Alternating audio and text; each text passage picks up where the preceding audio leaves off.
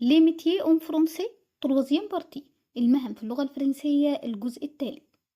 ingénieur ingénieur مهندس.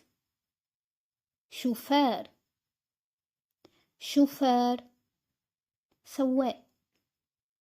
coiffeur coiffeur حلاق أو مصفف شعر.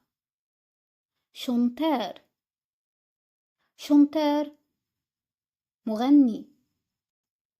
acteur acteur ممثل.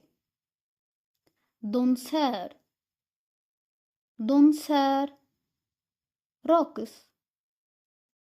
dessinateur dessinateur رسام.